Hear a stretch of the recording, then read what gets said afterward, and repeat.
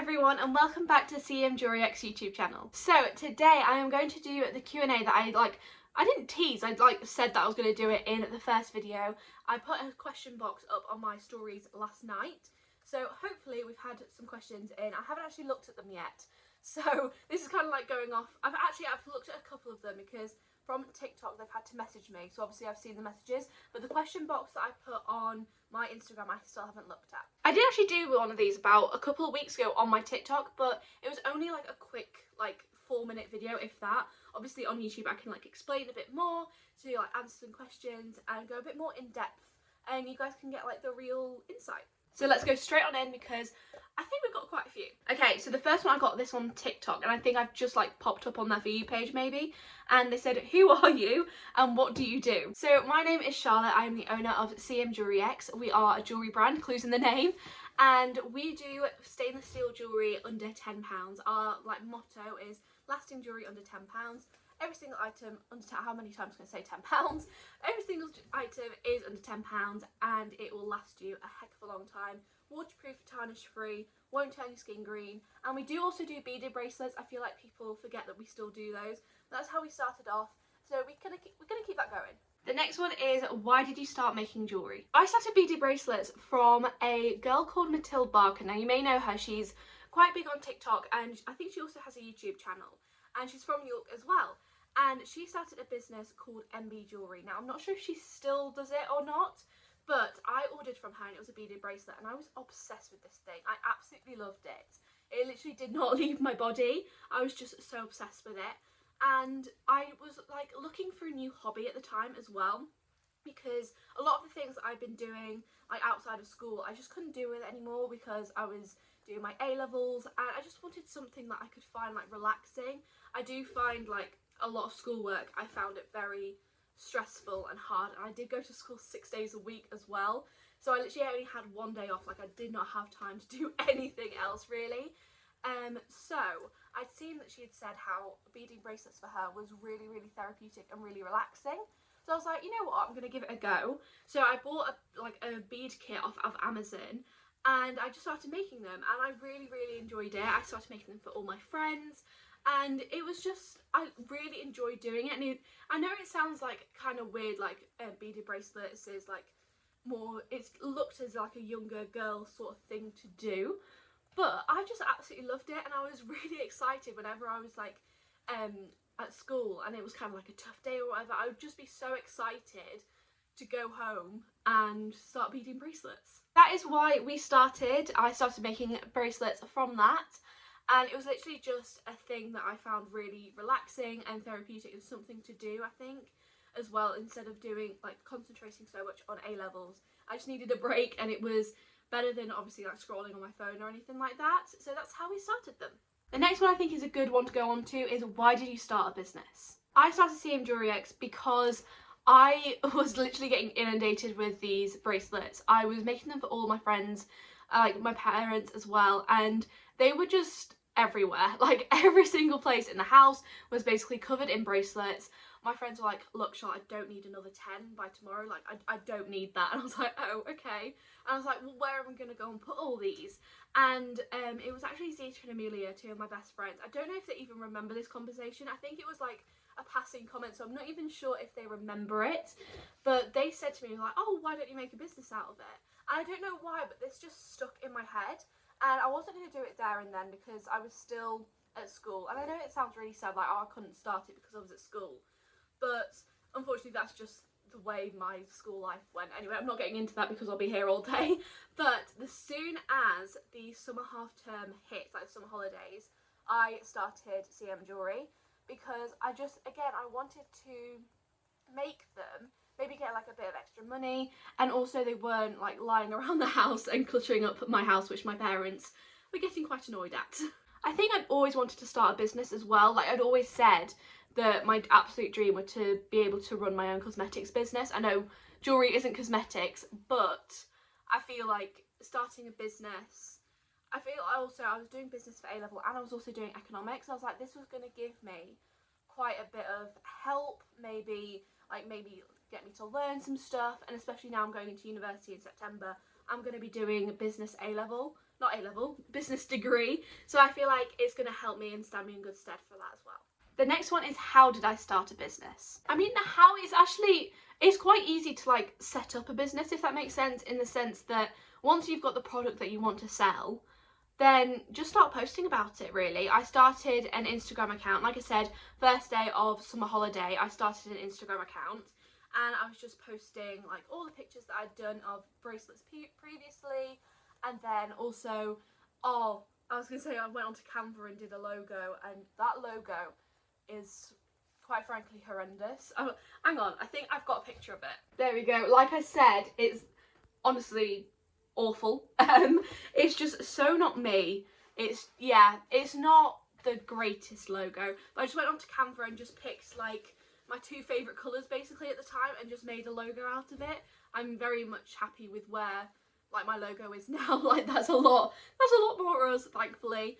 We have actually gone through 3 logo changes. Anyway, this question is not about logos, but just went onto there and made a logo, popped it on our Instagram. I didn't actually start on TikTok for quite a few, I don't even think like in the same month. We didn't really push TikTok out that much. I don't think we really started taking that seriously until basically a few months ago, to be honest. We just started on Instagram.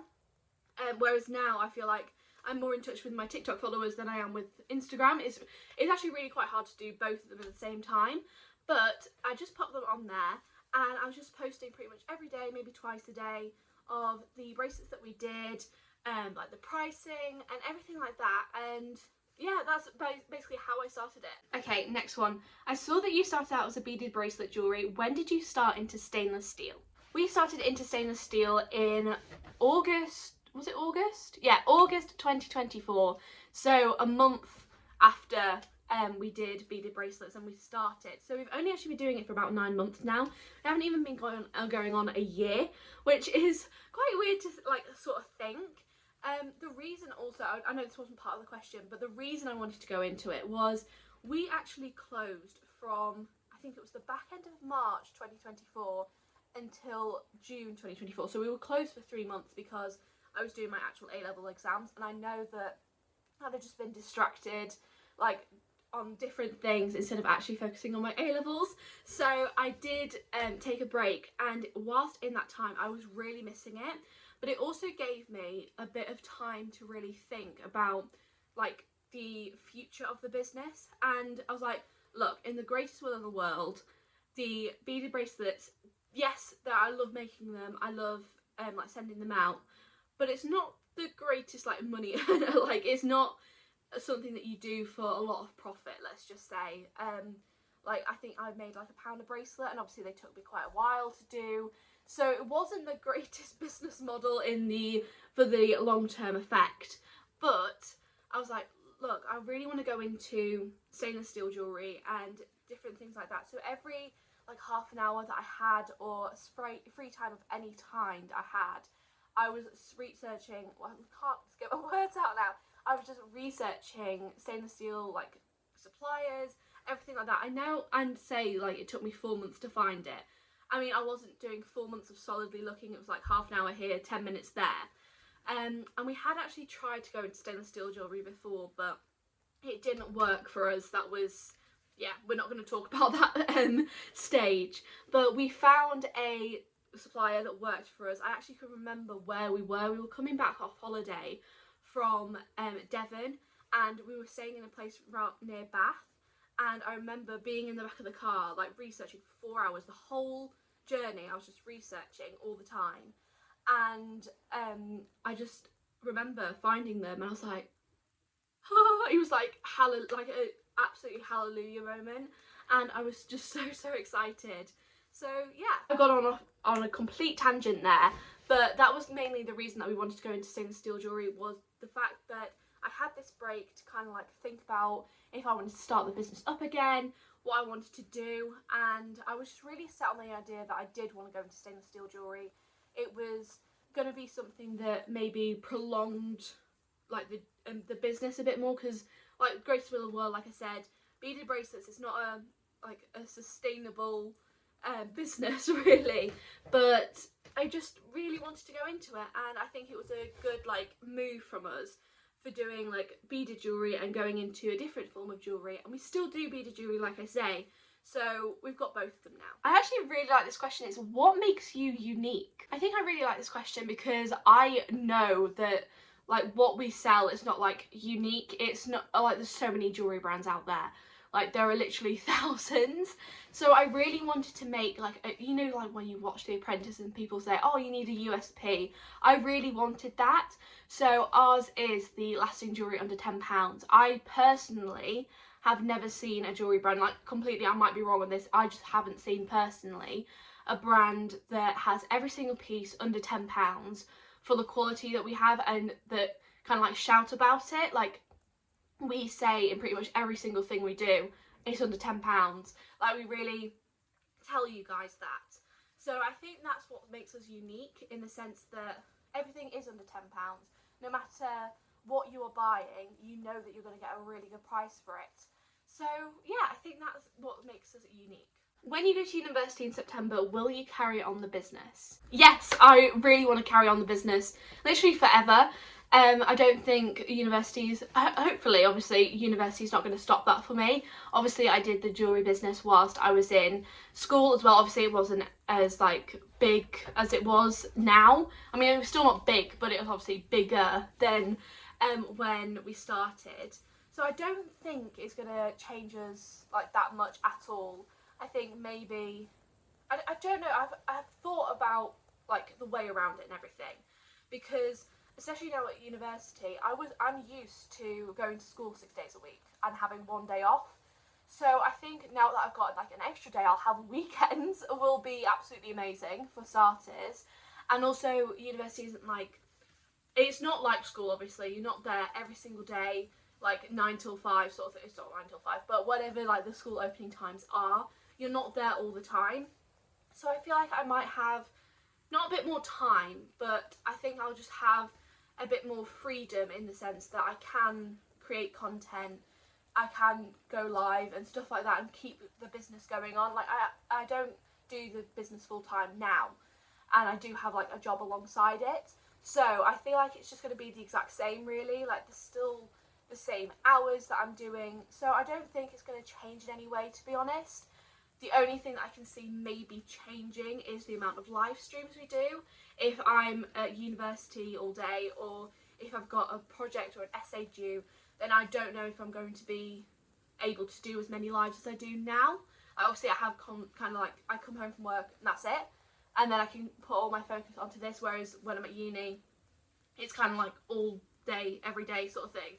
Like there's no set times. So that's the only thing I can see changing, but of course we're going to carry on with the business. I really want this to work as best as it can. I know I've just touched on it there, but this one is the jewellery business your full-time job? I'm going to say yes and no, because I don't have like a job per se. I volunteer. I'm on a gap year at the current moment. I don't work at like as a job where I get paid. I volunteer at my mum's school. She's a teacher, and to be fair, I'm not going into the school as often now. I just do quite a lot of things at home. If I like help her with like a bit of marking, or help her with, at the minute as well, she's they're having to build a website for the school, and she's finding it a bit difficult, so like me helping out with that, and just things like that that I just help out with. And it's not like I've got a set role, it's just whatever they need me to do that day, I'll do. I did used to go in and do this thing called Forest School. I did that all of my upper 6th year as well, and I absolutely loved it. So I'm hopefully going to go back and do that very soon. And so that is what I do like normally day to day. Like I said, it's not like a job, it's more voluntary work. I'm not actively looking for like employment, just because it is just really quite hard in my area to find anything. I'm kind of like out in the sticks a bit, and I don't have a car, I don't drive, so I'd be relying on one bus, which is not the most convenient or frequent. So it is that kind of like hard to find a job somewhere, but I am very lucky in the sense that I can stay at home, and I'm obviously like working for my mum, I'm just not getting paid for it. So this is like my only form of income. but I'm more than happy with that. I feel like that was so long-winded. Like, all these answers, they just go off in a tangent and they're just really long-winded and they don't need to be, so I apologise again for that. Okay, so this one is a bit more of like an advice one rather than asking a question about the business. And it was, I've just started up my small business and I haven't got a sale yet. How do I get one? Now, I wish there was like a guideline or like a set of instructions of how to get your first sale. I really, really wish there was. But unfortunately, there is no like magic potion or spell or anything. For me, it took us about a month and a half to get our first sale. And our first sale was actually a loss because I was just so desperate of getting that first sale that I think I sold it for £1.30 with free delivery. So I think that just covered the delivery, not actually the time of me making it, the packaging, the actual materials or anything. I was just so desperate to get a sale. And I feel like the thing is with the first sale, I couldn't remember who it was going to remember what they bought, everything like that. And I just feel like getting that first sale was absolutely amazing. And I know it sounds weird, like obviously I made it at a loss, but I would do that again just so I could get that first sale and get that more experience. I'm not suggesting you do that at all, no. But maybe do like a sale, maybe do like a first order incentive. So if you are going to, if you're doing beaded bracelets for instance, say like, oh, the first order will get another one for free. So something like that to give like incentive for the first sale. But other than that, I'd just say, just keep being consistent. I feel like everyone says that, just like keep being consistent. But I really do mean it. Like, people and customers want to know literally anything and everything about your business. They want to know exactly what products you're doing, exactly what, how you're making it, like maybe even about you. I know that a lot of businesses are kind of like face free, if that makes sense. Like, you don't know who is behind it.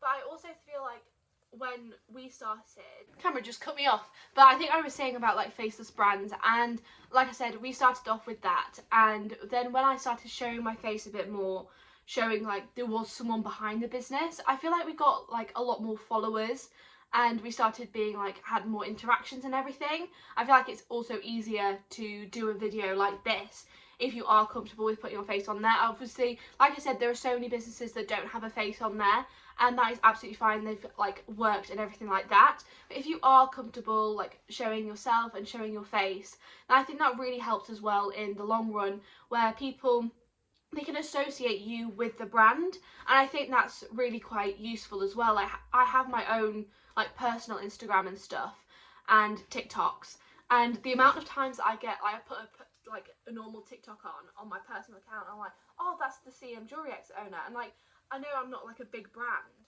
but people recognise me, and I know that sounds really scary, but having a face to a brand is also really, really useful. Like I said, I wish there was like a set of rules or instructions of how to get your first sale, but it really is just keep consistent, show every single part of the business, maybe create an incentive, and just keep going. I'm gonna do the last question because I feel like this is getting a bit long, but if you guys want like a part 2, if there's questions I haven't answered, then please leave them in the comments or message me on Instagram, TikTok, anything like that.